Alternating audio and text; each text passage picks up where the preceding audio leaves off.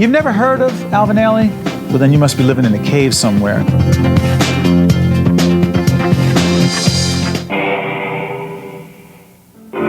You're now looking at Nasha Thomas Schmidt. How you doing? I'm doing pretty well today, thank you. Now, I mentioned there's a couple things in the intro. I said, everybody knows Alvin Ailey, right?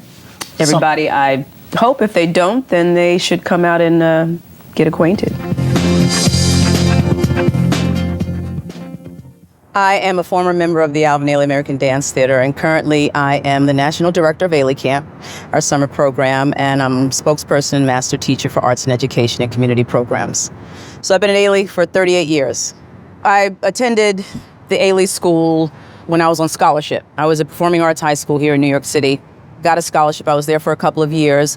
Went away to college in Texas. I was Dallas Cowboys cheerleader when I was in college. And came back, was dancing at some local studios in New York, worked with Michael Peters, who used to be in the Ailey Company, who choreographed all the Michael Jackson videos. And I just happened to be in New York when there was an audition. It was in January. It was the first time I was actually home during the audition, so I went.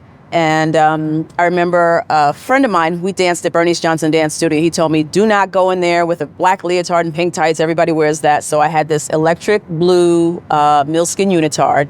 I had just gotten my hair braided. I had these long cornrows. And I walked in, and it was a small audition. There were about 50 of us. And Alvin was there. And it was not my intention to take the job, should I have gotten it. I was working with Michael Peters. I was out in California somewhere dancing behind the Pointer Sisters, and I thought I was going to do commercial dancing. But the audition was so hard, and I was learning all this choreography and these combinations. And I actually slipped in front of Alvin and went into a split. And he came over, he was like, that's okay. That just means you're very, very flexible. And I was like, oh my God. So we go on with the auditions and cutting people. And there was 6 of us left, 3 men and 3 women. And we were all waiting to hear who he chose. And the associate artistic director, Mary Barnett, called us over. We were all in the circle, and she said, well, Mr. Ailey has made his decision. And she turned and looked at me and she said, he chose you. And I just remember saying, oh my God. But the audition was so hard. Midway, I was like, if I get this gig, there's no way I'm not going to take it. I went and sat up against the wall under the bars. And I remember I had my head down. I was like, oh my God, I can't believe that I got this. And she came over and she said, Mr. Ailey would like to speak to you. So I walked over. He was sitting in the front of the studio. And I said, hi. I shook his hand. I said, hi, Mr. Ailey. My name is Nasha Thomas. I actually, was on scholarship at your school. I went to Performing Arts High School.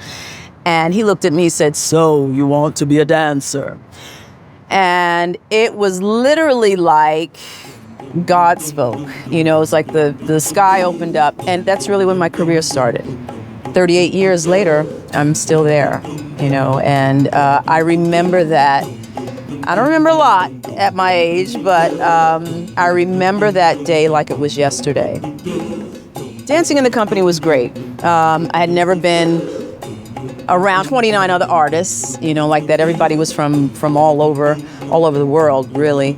But we were a family, we traveled and toured together. And Alvin had a way of making everyone feel special.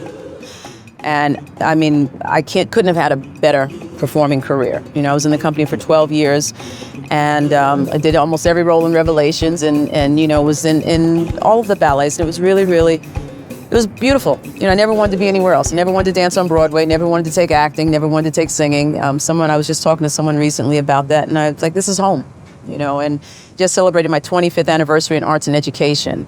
And this is probably where I will retire. Something that I think I've just learned in arts and education, and it comes from Mr. Ailey, is I call it Ailey magic. I go into a school and I work with young people, and I'm there for 4 days.